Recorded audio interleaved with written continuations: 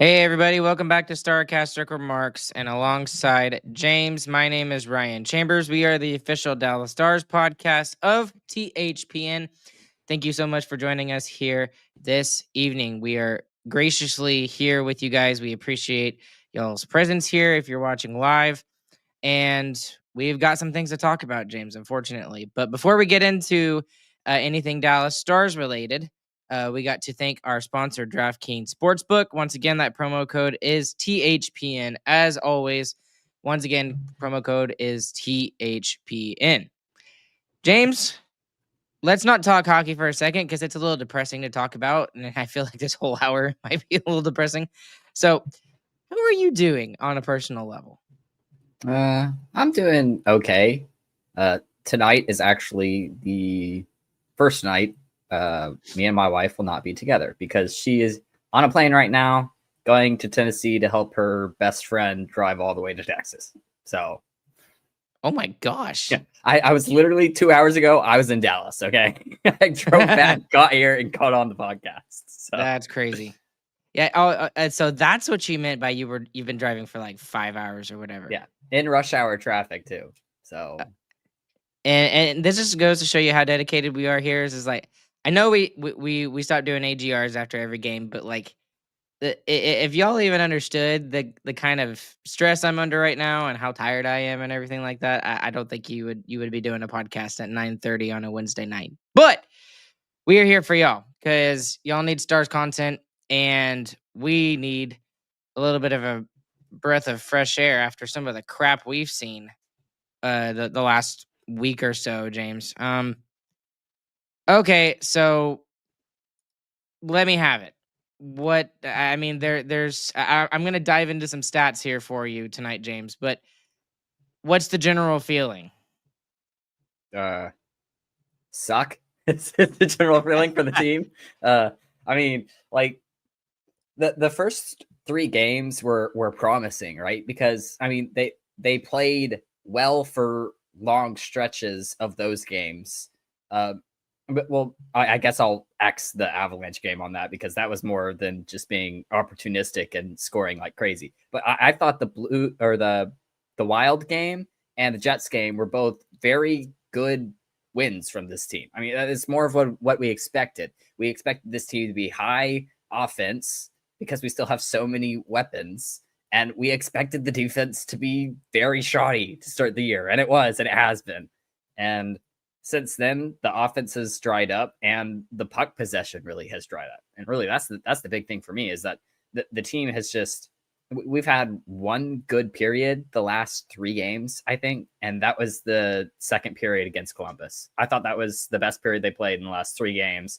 And that still wasn't enough to get a win.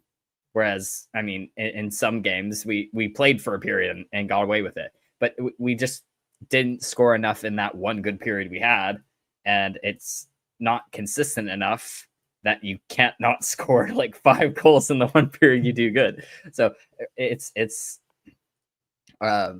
going to be a consistency thing for me right now, but also it's play with the puck.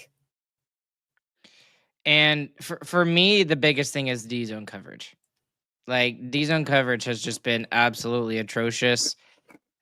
Turnovers out the wazoo. I mean, Thomas Harley in the last game, my gosh, I think it was Matejchuk. I think is his name, Matejchuk.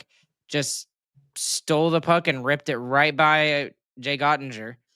And I was like, who are we? What is this team right now? So there were a lot of things that that we can and will get into, James. But what I want to get into a little bit is just to start off with some of the stats, and I'll jump into some of the general stats. If you want to throw in some advanced analytics stuff, if you want to, I have some stuff, but if you want to throw in some stuff as well, I'd be interested to know. But just when you look at just the general stats, just basic traditional stats, a lot of stuff does not look good. A lot of stuff does not look good. Okay. Points percentage wise, okay, which is probably the real metric that you should be using to determine where your team is at. Stars are at 500 right now. They have not gone to a single game in overtime yet. They're 3-3 and they are ranked 21st in the NHL. And that is the one of the biggest worst metrics, okay? All right. And then I had two other ones I wanted to point out here to kind of show my frustration here. Goals against per game. Goals against per game. If you had to guess, what would the Stars be ranked at right now in goals against per game? I mean, they're going to be one of the last teams. I mean, even the games that we won, we were giving up 4 goals. So I'll do like 29th. Well, that's pretty close, James. I'm doing it the opposite way. So the teams who have given up the most goals are like first, second, third, fourth. They are fourth with 3.83 goals against per game, and that's with us talking about how good the goaltending has been for the Stars. That's rough, and that's extremely bad. One other one. We talked about how good the penalty kill started, right? And in like the first couple of games, it kept us in some games. Take a guess. Take a guess. Well, it just got tanked the last 3 games. Didn't we give up a power play goal in every single game, and 2 of those teams hadn't had a power play goal yet? So take a guess. I'll give 20th. I think the strong start might hold them off from lower. The Dallas Stars, as of right now, are 30th in the NHL when it comes to penalty kill percentage. I understand the whole, this is a new system, this is new, new coaching staff and stuff like this. This is bad. And for me, I'm ringing the bell right now. This is very worrisome, and I would be less worried if we didn't have as many injuries. But we have a ton of injuries going on right now. Nils Lundqvist, God help the poor guy, but I have no idea when he's coming back. Jamie Benn, they're missing Ben like crazy, I think, right now. And he's not going to be returning for probably another 2, 3, maybe even a full month from now, 2 or 3 weeks. And Matt Duchene is day to day. He played the game before Columbus and looked okay, and then he was out again against Columbus. We just do not have the exact same depth that we've had in the last 2 or 3 years. And it is very, very concerning to point out those stats in particular because of where this team was the previous 3 seasons. We were top 10 in penalty killing, and we were top 10 at least in goals against per game. And again, I know people are screaming at me through their phones. I can hear you now. I can see the YouTube comments. It's early in the season. That doesn't matter to me. This team was labeled a contender by numerous people, not just us, stupid super fan analyst people, but by lots of people. And I even was, screaming and Paul revering at the top of my lungs and saying the losses are coming when we were 3-0. And I said I have not seen one game that I have liked or enjoyed, a full game where I've liked or enjoyed. And it reared its ugly head in the last week with 3 straight losses. So I know I'm being really super down on the dumps and all of that sort of stuff, but that is extremely, extremely concerning to me as a Stars fan. You want some slightly more positive news? Yes, that's why you're here. All right. So there's a few other teams who are Stanley Cup like contenders through and through who are also 500 at the moment. First of all, the Florida Panthers. Theirs is due to injuries. Okay, whatever. Throw theirs out. Edmonton is also at 500 right now, and the Toronto Maple Leafs are also at 500 right now.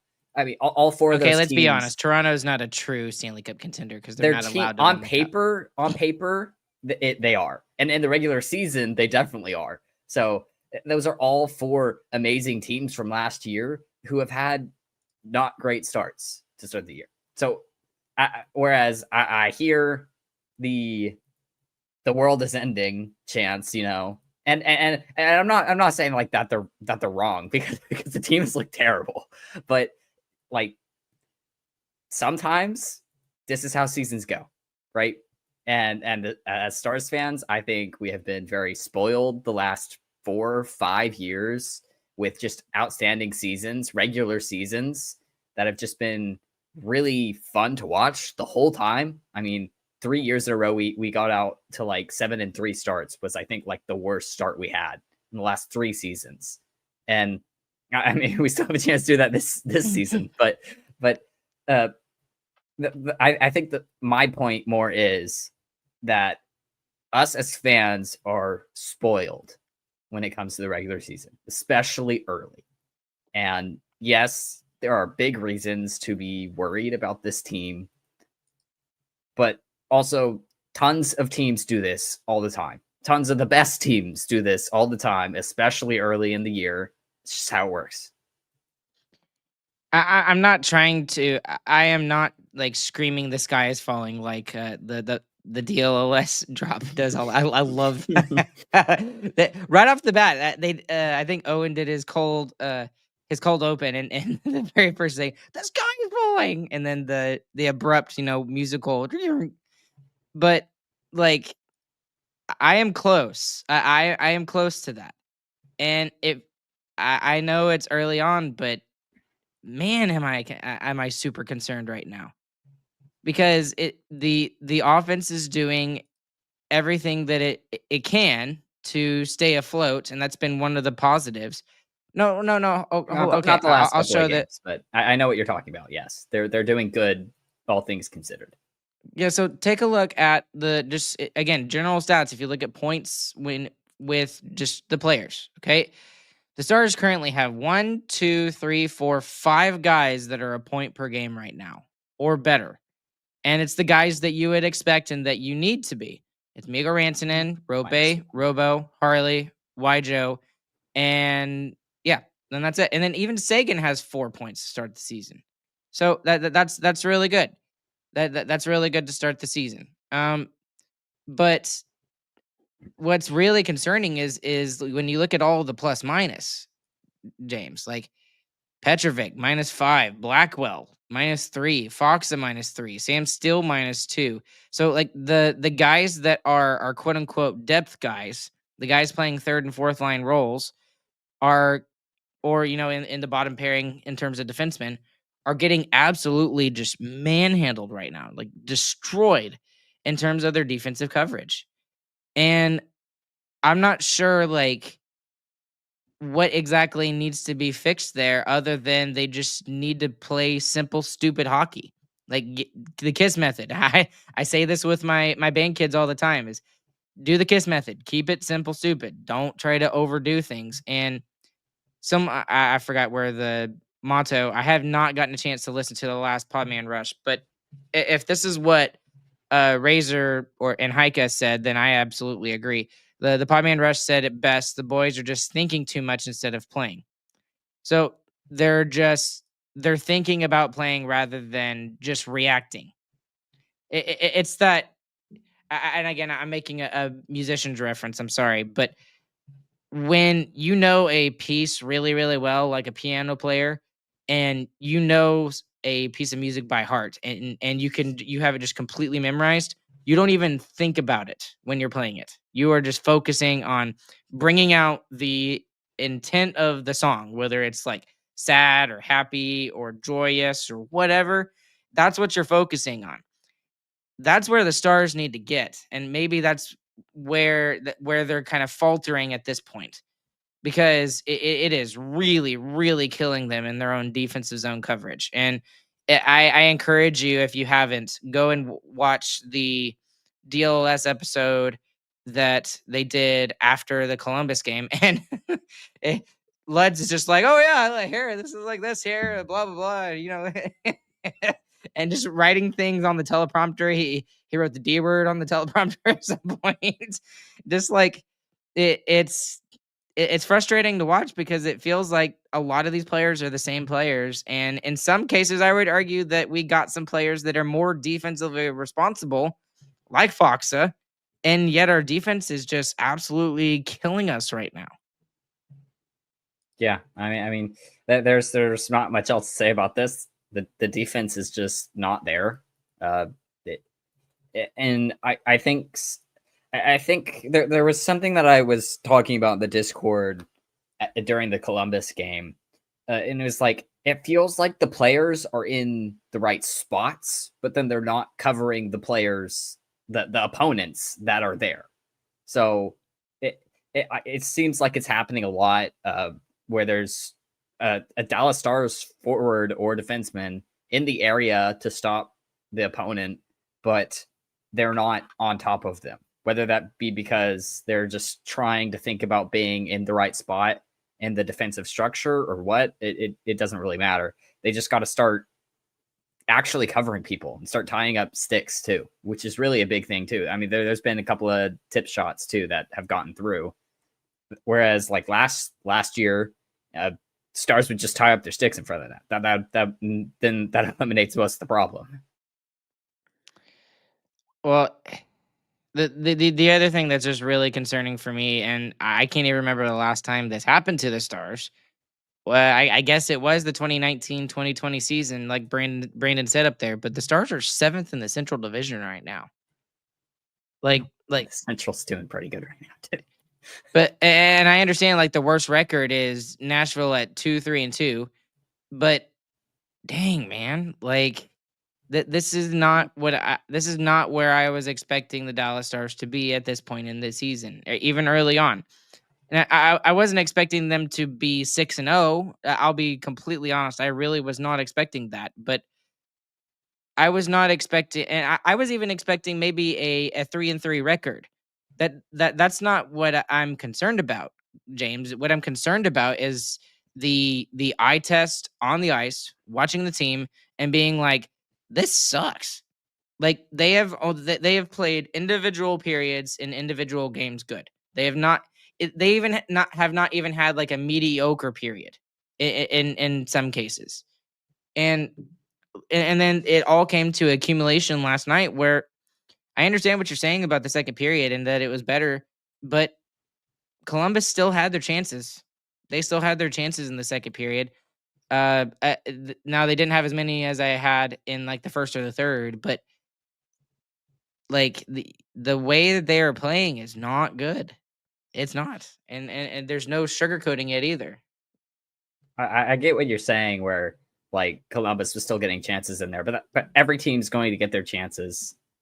Even when I mean the Avalanche game's a great example of that, in the inverse for the Stars. I mean, the Stars were getting pummeled the whole game, but the Stars got their chances and they scored on them, right? So like sometimes that's how hockey games end up going. And the second period I thought was really good. I thought Merce Lincoln's played out of his mind in that second period. Really, I thought the Stars could have come out of that period with the lead. Now, granted, the way they played the third, they would have lost anyway. But like there are some things where you can see like, okay, I see what the Stars are kind of getting at. And then I really think the big difference for me between the first 3 games and these last 3 games, which really I feel like that's a good way to look at it, because you got your wins, you got your losses, and the team has looked so different in both of those stints. But I really think it's playing in the offensive zone more with possession. Like the defense has been bad the whole time. Let's be honest. I mean, every single game, defense has been horrible. But when they won the games, they were playing in the offensive zone more. And that has just completely disappeared the last 3 games. And that is something that is concerning for me. I thought the Blues game, I thought the Blues played really good in that one. I really think they did a great job shutting down Dallas. But Dallas did nothing to help themselves in that game. They never started going. I mean, it just never happened. Like they never got out of the running blocks. You know, they just stayed in the starting position the whole time. All right, so let's talk about some of the things that we've seen out of the last week from the last couple of games, especially is we've seen, and I hate you so much for having that Baja Blast and bringing it into frame. I hate you. So good. I'm just kidding. I had a volt. Now you're just gonna sit there and just like sip on it slowly so I see it. I had a voltage. I'm just gonna hold it here just so that you can see it. But we've seen Lundqvist go on IR. And who knows when he comes back? Duchesne as well. Duchesne's been hurt for the past 2 to 3 games. Well, and the game he was back, he didn't look very good either. So, and it has caused some new things that we've seen from Gulutzan, and that includes an interesting line that kind of got put together during the Columbus game, and Seguin gets put back at center. Which kind of makes sense because you're kind of depleted at center a little bit right now with Duchesne out. And if you want to keep Wyatt Johnston with the players that he's currently playing with, then Seguin at center kind of makes some sense there. If you want to have a little bit more, offensive threat there. And to be honest with you, he didn't look that bad. I thought he looked great. Like I think he was the only shining light in that Columbus game, really. Well, and the guy that kind of really helped him kind of show off a little bit was Adam Ernie. And now again, I'll say it again, that there is a reason why that Adam Ernie earned a he earned a contract with the team coming out of training camp is because of this. And he's not been like an offensive threat or anything like that or whatever, but we've seen some flashes from Adam Ernie. And like for example, he had that 2-on-1 with Nathan Bastian where Bastian didn't do anything with it. But he sets up Seguin on the one goal that the Stars did have last night. And he actually made Seguin look pretty good on the quote unquote third line. I think that is the third line with Seguin, Ernie, and help me out, Blackwell. Yeah. But and then Wyatt Johnston is that second line center right now. But I liked that third line, and it was one of the few positives from the Columbus game. I don't know what you thought. Yeah, I got my problems with Blackwell to start the season. I mean, he's taken stupid penalties and has looked bad defensively. But I think all the defensemen have looked terrible defensively. Well, all of them. Well, he's a forward. But yeah, I know. But I think Seguin looked really good in that center spot. And I think part of the reason is because, when Ben's out, Seguin is the guy.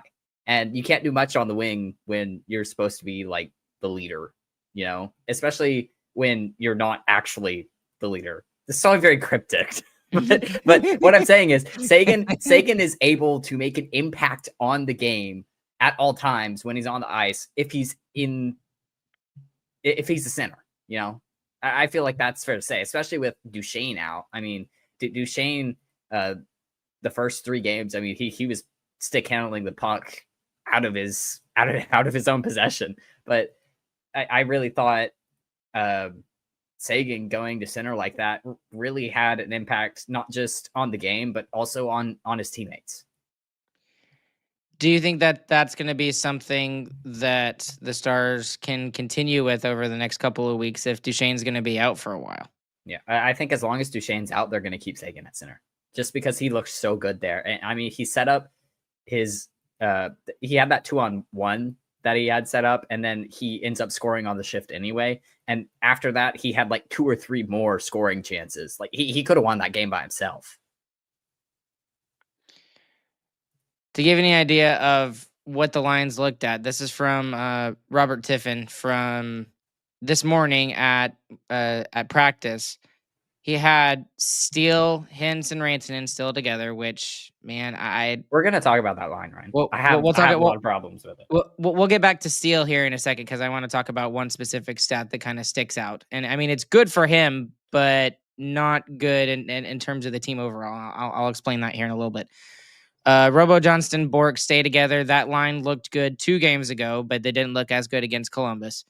Seguin and Blackwell stay together, but Justin Ritzkovian is on that third line. That could be a good opportunity for him to kind of push forward. And then we saw a fourth line of Adam Ernie, Foxa, and Bastion, which that's a very good Wall fourth of line. meat. Yes, yeah. And the same defense. So the same pairings have stayed together. Thomas Harley with Labushkin, Miro and Essa, and then Bichel and Petrovic. So it's I don't hate those lines, but at the same time, it just the defense has got to be better. And I just don't know about Steele, James. That's your to give Go you ahead. the thing that I hate about it right now. Sure. You know what line has the most time together right now? Like who has played the most with Rantanen and Hintz? It's far and away Steele. They have 38 minutes together of ice time. Sam Steele has 1 point. A single point. He's on like a 13-point pace through 82 games with a player who has gotten 100 points before and scores 30, 40 goals every season. And he can't get anything going. That is what really, really concerns me. And like, if you look at advanced analytics, like if you put Robo up there, of course, like it doesn't look great, but Steele has also has 33% more time with Hintz and Rantanen than Robo does. And Robertson has a goal with that line. Like I don't understand the stupidity of it. The thing that really made me upset the other night in the Columbus game was that icing that we had about halfway through the third. There's about 10 minutes left. We're 2 goals down. There's an icing. The fourth line has a great shift, forces the Blue Jackets to ice it, and they throw out Rantanen, Hintz, and Steele. And they win the faceoff, and right off the bat, Steele gets a chance right in front of the net, and he just shoves it right into the legs of Merzlikins. And it's just so hard to not just think if Robertson is there instead of Steele, he scores a goal. Like that's Robertson's thing. It's just being able to elevate it in tight and just find way to score a goal. And it's so frustrating to see Steele like eye test. It looks good, but he never scores, and it doesn't look like he's going to start. And so why do we keep trying to force it when we have other players, not just Robertson? I mean, you could try Bork on that line too, honestly. I think Bork deserves a chance on that top line if you're just refusing to put Robertson there. But I feel like you gotta give a better chance to someone else at this point, because Steele's not going to do it. It's not going to cut it. I would even say Ritzy at this point. Just someone else. Someone that's got a little bit more offensive flair. And it sounds like we're like ragging on Sam Steele, but it's not supposed to play here. But exactly. That's the point. That's not fair to him, because that's not really his role. His role is not to score points and get you 60 points, which if you're playing with Rantanen and Hintz, you should be getting at least a 50, right? That would be lowballing it. Right, exactly. Especially considering that both of those guys right now are point per game. They both have 6 points. Rantanen has 7, actually. So that shouldn't be a thing. But when you look at his career stats right now, his time on ice per game, James, and this is the stat that I want to point out, he is at 16 minutes and 41 seconds time on ice average per game right now. Yeah, last season, 3 games, it's been the most he's ever had. Last season, he was at 1408, and the highest he's ever had was back in 2019-2020 with the Anaheim Ducks, and he was at 15 minutes and 44 seconds. So he has never in his career played this much hockey per game in terms of time on ice. And again, I feel like I'm being completely mean and ragging on Sam Steele, because I love Sam Steele, but the fact of the matter is, it short term, which is what the results we have right now, the advanced analytics don't match what we're seeing. The traditional stats don't line up with what we're seeing. And the only thing that we see that is good is the eye test sometimes. And right now that doesn't seem to be good enough, James. So I don't understand, and maybe this is why I don't get paid money to be an NHL head coach. But like you said, why aren't we giving guys like Maverick Bork or Justin Ritzkovian, or loading up on some of our top lines in order to try and get these guys better? Excuse me. Like, get more out of these guys, because right now Sam Steele is not really doing it. Yeah. What's really annoying me the last couple of games is that Steele is playing more in games where we're trailing for a majority of the game, and that should never happen. I mean, you should be putting your the players who are most likely to score on the ice for as long as possible when you are as injured as the Stars are right now. I mean, even with Ben slowing down, he still gets like 15 goals a season. Like that's been kind of his low end, and it's really it's totally on goalie too. This isn't on Sam Steele at all, but it's really stupid. I genuinely think it's stupid that Steele is out there getting more time on ice than Rantanen in a game where you trailed the entire time, and Rantanen had less time on ice than Sam Steele. Like, what are we doing? Why? There's no point in that. Sam Steele has never scored more than 10 goals in a season. And I don't even, when was that? That was last game. Well, Sam like Steele, 10 goals in a season. 22-23 when he was with the Minnesota Wild. And that's when he was probably playing on their top line. He was playing with Kaprizov. Yeah. And I don't think he was on the top line the entire season, but he was playing with Kaprizov at that point. So it's just it's idiotic is what it is. Yep. So there's a lot of frustration there. But let's talk some positive things, because I need to throw some positive things in here. And then I want to get to, I don't normally do this, James, but I want us to listen to Glen Gulutzan's press availability today at practice. And we'll kind of pause and react to what he says and some of the questions that we hear here in a second. But again, I do want to point out one more time, the guys that the Stars are relying upon right now are doing very well. The top offensive players. So the offense is mostly there. It was just the last couple of games has not shown up, right? So Rope is kind of the dish master right now. Wyatt Johnston is kind of the guy putting the puck in the net for the Dallas Stars.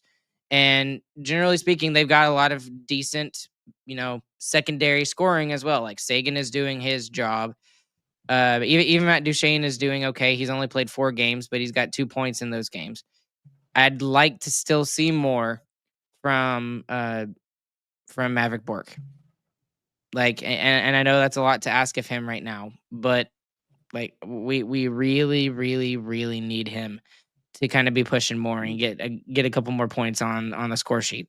Yeah, that's fair to say, but also I think he's had like 4 times where he's won the puck from behind the net, passed it straight to someone right in the slot, and the goalie's just saved it every time. So like he is creating offense. That is something that's very good to see. Creating offense that we're not scoring on, which is kind of the important thing right now because he only has 2 points. But I think it's coming for him. I really think it's going to. I think it's kind of an anomaly that he only has 2 points right now. And the other thing is, in terms of faceoffs, I know I've complained about faceoffs the last couple of weeks in some of these games, but you know who is doing really well on faceoffs right now? That's a little bit surprising. Wyatt Johnston. Yeah. Wyatt Johnston's doing very well on faceoffs right now. He's at 57.8%. And he would be number 1, except we have this guy named Roddick Fox on the team. What do you mean? Adam Ernie is 100%, Ryan. Okay, I'm not including Adam Ernie because he has literally had 1 faceoff. I think he won it though. Yeah, but 1 faceoff. Okay, Like let's be real here. Man. So, okay, now I am going to throw a little asterisk on the points a little bit for these guys. A lot of these points for these top players, they are coming on the power play, which you can view that as a good thing or you can view that as a negative thing. In a positive way, it means that the power play is doing well and the Stars are still top 10 in the NHL on their power play. So that is okay. I will take that. The bad thing is that these players are a point per game, and that means that their 5-on-5 scoring is probably not where it needs to be for this team, which, again, depending on how you look at it, can be a positive or a negative thing. Maybe they're doing good 5-on-5 and they're drawing plays and they're drawing penalties and it's allowing them to get onto the scores, onto the power play or whatever. But, I'd like to see more 5-on-5 scoring. Yeah, that's fair to say. I do have one caveat on the power play points thing. Okay. You know who has more power play points than Miro Heiskanen? Thomas Harley. Thomas Harley. I you knew know that who has was a coming. lot more time on the power play than Thomas Harley? Miro Heiskanen. Miro Heiskanen. Yeah.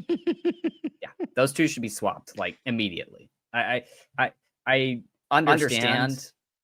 I can hear myself echo, Ryan. So, but I understand. Like Heiskanen is your guy, right? He is the best defenseman on the team. It's just not working. I mean, he clearly. I don't know what happened to his offensive touch, but it is gone. And Thomas Harley is just, smoking him in the offensive stats right now. And I don't think that's going to change. I think that's going to hold the same throughout the rest of the season. So I think that should be swapped. Nope, I don't disagree. I mean, you are preaching to the choir on this, and maybe this is just a trial run. And Glen Gulutzan would just wanted to do it for himself, and he knows how good Miro really is and how good Miro can be on the power play. It's just that right now Harley is the one that is kind of outplaying him and getting less time on the power play than him.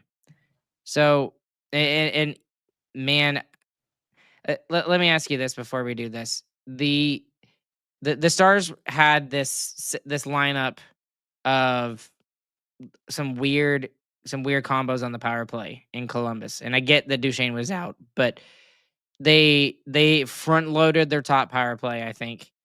And then we saw a second unit with both, I think it was Harley and Essa on the back, which you never see two defensemen on a power play anymore. That's just not a thing. You either see one D-man or no D-man anymore. That's just a thing. So, and then later in the game, when the Stars needed a goal and they got a power play, we saw that top unit just the entire time. They're just like, and you know what, Gulutzan, that was a smart idea. That like screw it. Like you guys are just gonna play the entire time. I don't care how tired you get. Y'all are the best opportunity we have to get back into this game. So I liked that. Do you think that's the right way to go though? And kind of ride your top guys like that and make them tired? Well, honestly, or should you balance the units more? Is kind of what I'm getting at. Honestly, I think the top unit shoulda, coulda scored in both the last two games, and it just didn't happen. I mean, it's just freak accident that the goalie saved it, and that's just how it works sometimes. Sometimes the goalie's just in a good spot, puts himself in a good spot, and it just hits him. That's what happens. Right? I think it's fine. I think the big problem is that our backup for that second power play unit when someone went down was that Mills Lundqvist was going to play on it, and he was going to play on it as forward, and then he got hurt too. So you had a backup plan, and the backup plan got hurt too, and that's really what the problem is. I think it's just there's no time to fix it right now. They're just scrambling to put together whatever they have, and if that means you just ride the first unit, if they can play the whole time, and especially the circumstance that they did the other night, they played the whole time in the offensive zone. They didn't have to do a track meet, skate back and forth a bunch, so it worked out. It was the right situation to do it too. The reason why I want to play this here, and for those of you that are listening on audio side, I've got the press availability from practice today. I think this will calm down the nerves of Stars fans like myself, who are very much concerned about where the team is at right now. And Glen Gulutzan does a really good job of explaining that the way they played was unacceptable, but still acknowledging the positives and the things that they worked on, and then also trying to ease and kind of throw a blanket on the fire, for lack of a better term. And he does a really good job of doing that, and I want to give him a chance to kind of talk about that. So, this is Glen Gulutzan at practice here today. No, I don't know how to. Don't even. And he was a teacher. He starts Math. off with some funny stuff. So just give it a second. Not English. What do you do on a day like today? Just different things that you can Yeah. point out, details? Yeah, just went over some D zone coverage. Went over our breakouts. Just our transition today. The areas that we want to hit on, we just touched on in every of those 3 or 4 drills that we did today, just to kind of make that the point of emphasis. We didn't do any video work this morning. We'll do some tomorrow morning. So right off the bat, immediately, like Hikes throws him a softball question and just allows him to state the obvious. Like, what did you work on in practice today? And he's like, oh yeah, D-zone coverage. Like, okay. Like that's the right thing for you to say, and Heike kind of set him up for it. So any reaction from at least that, James? Nope. Nope. That's what he should say. That should be what he's saying for every practice for the rest of the season, honestly. Agreed. And this is not the part that makes me feel better. Okay. That part is coming later. So just take a listen to this. Talked earlier just about giving them too much information. Like, do you see them thinking at times out there, or is there a balance, I guess, of just reacting and doing it? And this Yeah. is what Podman Rush is probably. Yeah, we're not there yet, so it'll happen fast. I'll probably say something unpopular here, but as much as I hated the score, there were things that we touched on that got into the game. So just from a coach, you're like, you know what? We improved in these areas. I mean, if everybody likes to dive into numbers, the bad number was 5-1. The bad number's 2 for 2 on the penalty kill. They were 2 for 2 on their power play. But our ozone time was double what it has been in the past, and that meant we broke out cleaner. We got a few more attacks. Our line rushes against were way down. Those are the things that we were trying to get across to our guys.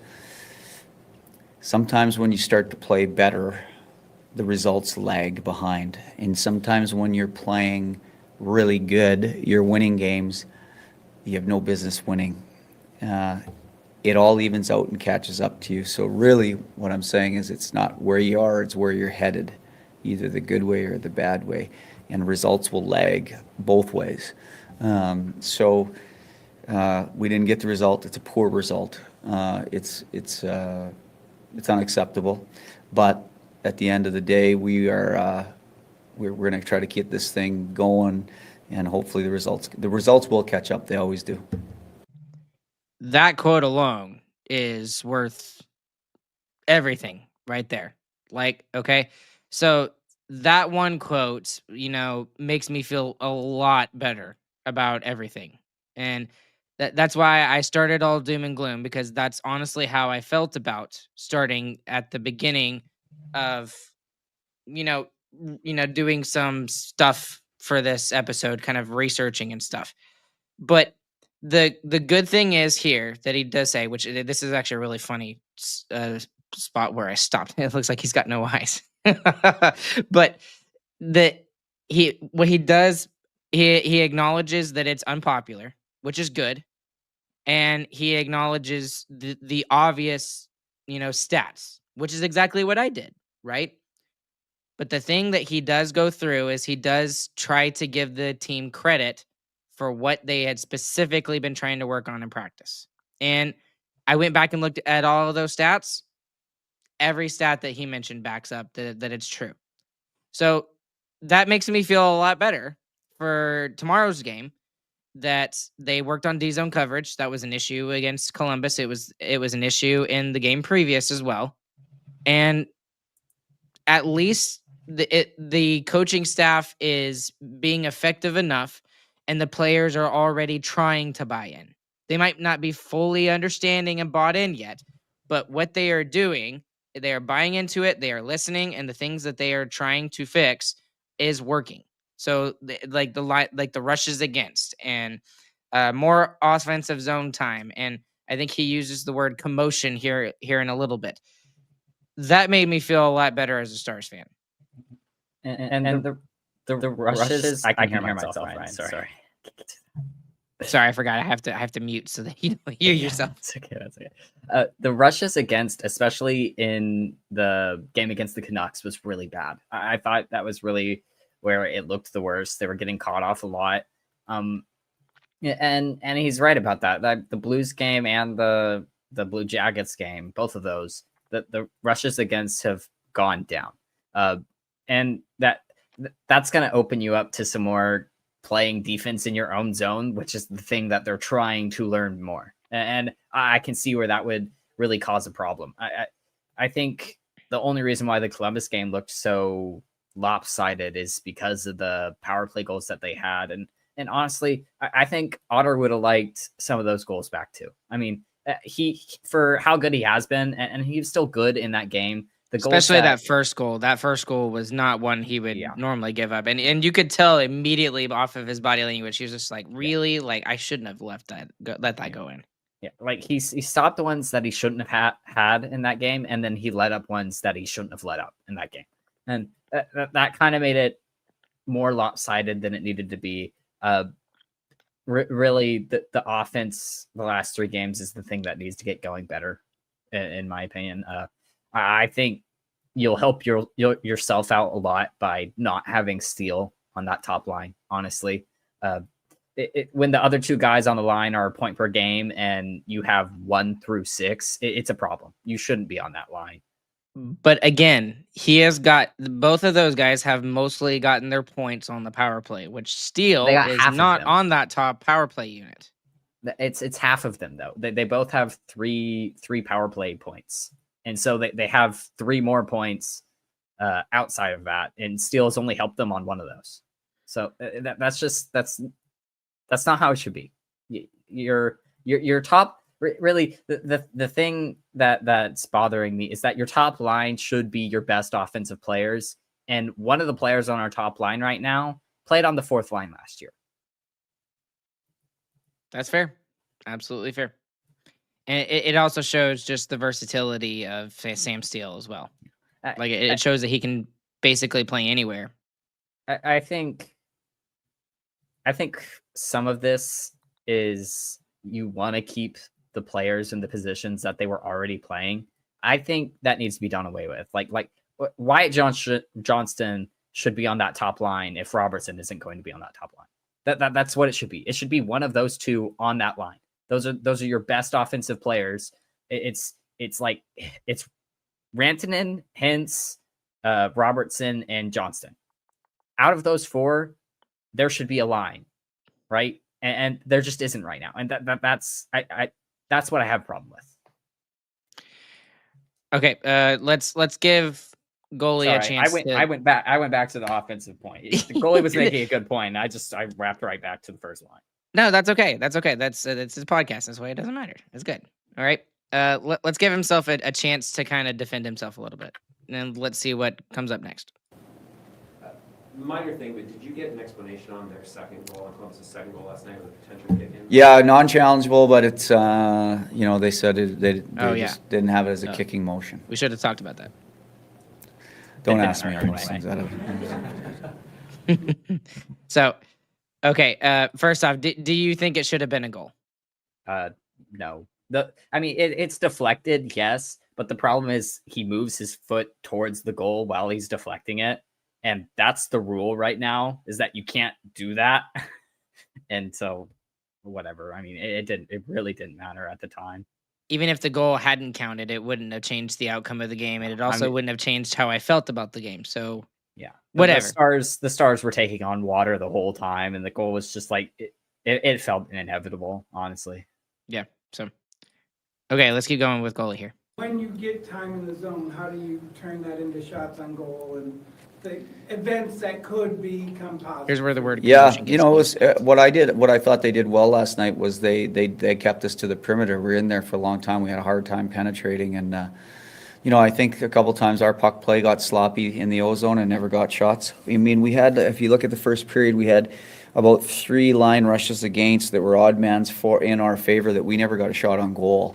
And so, you know, they defended it well, or we didn't take a shot that could cause commotion, right?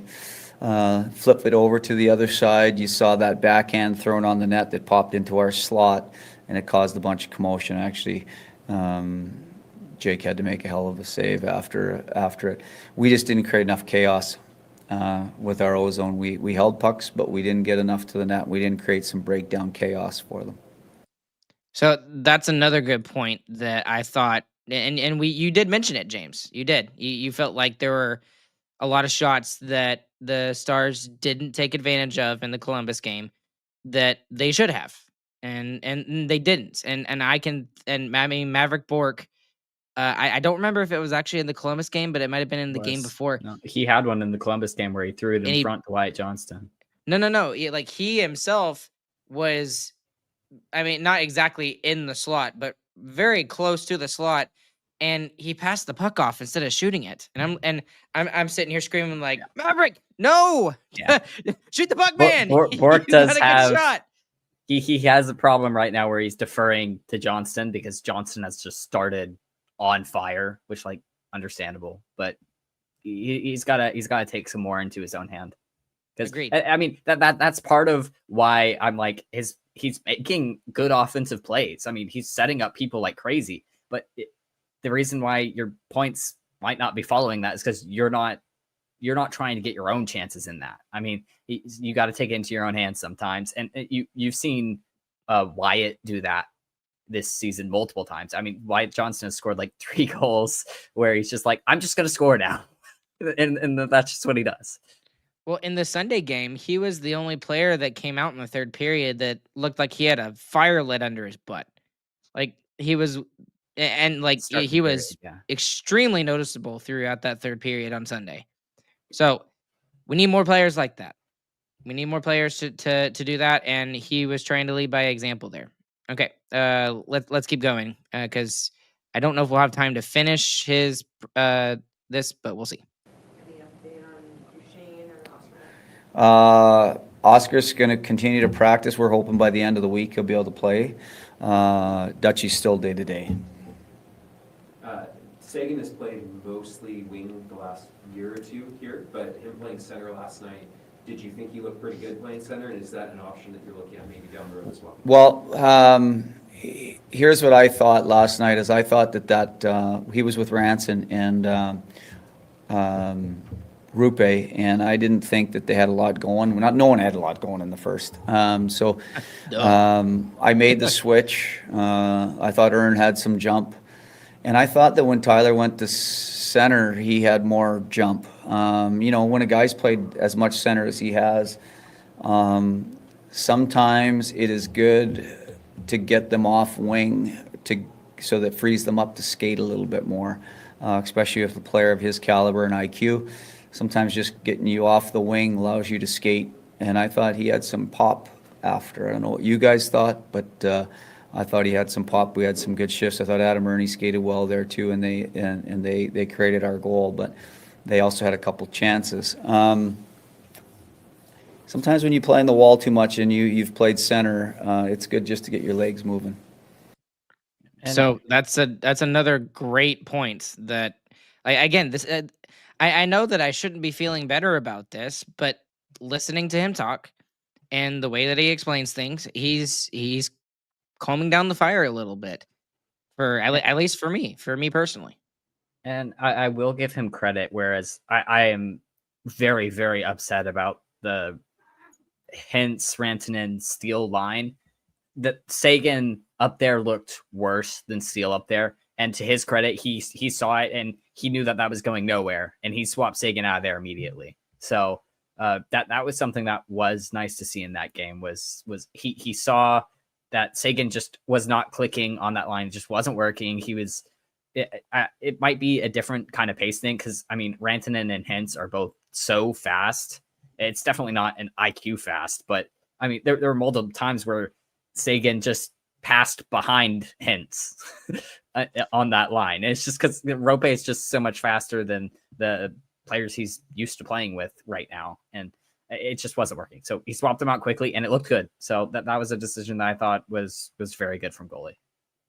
Okay, so then why does that make sense with what he's saying here and then what we saw with the line combos at practice?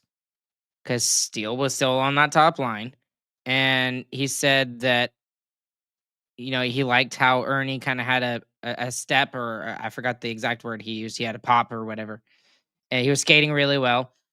Why take him off that line with Seguin if he was doing really well? And just, keep Blackwell on the fourth line? I don't know. I'm not the Right. coach. Right, and that's that's where we're at now. See, that's why I really want to get back to the American Airlines Center and ask him these questions and stuff like this, because I really want to know the little questions like that. Is like, why do you keep, if a line did really well the night before, why take off one of the guys on that line if he was doing really well? So I'll be interested to know the answer to questions like that when they arise in the future. But we don't have much time, so let's see how much we can get in before we have to wrap it up. Well, there's some experiences that you guys had in Edmonton the last couple of years where you can kind of manage emotions while you're trying to get this thing going, and maybe the results aren't where you need to be, because I know you guys had a couple of slower starts in Edmonton the last couple of years. Yeah, no, we've this is a new territory. I've been down this road a few times actually with multiple teams, but usually it presents itself when there's some change.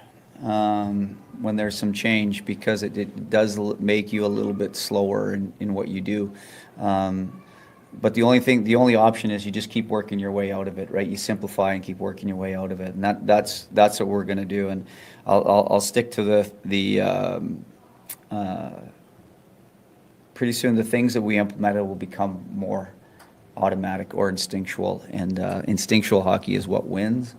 I've said this before, we're a little clunky, but yeah, I've seen change and starts that weren't great, that turned into some things that got really good. So you just got to keep working the engines. That's basically what I told the guys today. You just got to keep working the engines, keep going over it till it becomes automatic, and then you get some fluidity. And so at some point, and everything's on video now, but so at some point, the power play, the penalty kill are going to get in sync with the 5-on-5 play, and then that's when you're going to see momentum build. The key is it's got to get done quickly. Wow. Like that. Okay. There's a reason why this guy got the head coaching job. I like what he says, and the words that he kept popping up in this particular answer, James, was automatic and instinctual. And that kind of allegory, that kind of analogy kind of goes back to what I was saying about a pianist. And when he's playing the music and everything like that, he's not thinking about, hitting the right notes exactly, because he already knows what to do. It's already memorized. It's in his brain. It's second nature to him. It's muscle memory at that point. The quickly part is what makes it really, really hard. And he said that's the key. And it can't take 65 games. It's got to be a lot faster, because if you keep playing like this, you're going to put yourself into a hole that you're not going to be able to dig yourself out of. And that was another thing that he talked about, is you just you have to dig yourself out of it. I'm paraphrasing a little bit there, but you kind of got to get through the muck and get out of all of that stuff and find your way through it. Yep. I mean, he pretty much talked how sports as a whole work. I mean, you get things down to where you don't even have to think about it, and then you can start paying attention to other parts of your game and really honing in on the little things that will push you over the top. So there's another like a minute and a half after that, but we're running out of time. So I want to ask you an obvious question for me. Do you feel better about the Stars start after listening to that?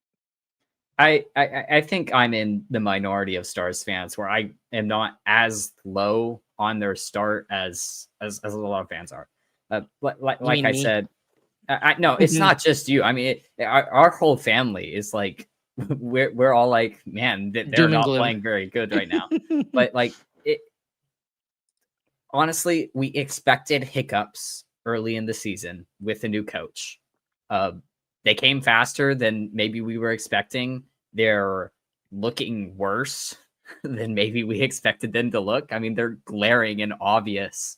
And it makes for really unfun hockey to watch for us, honestly.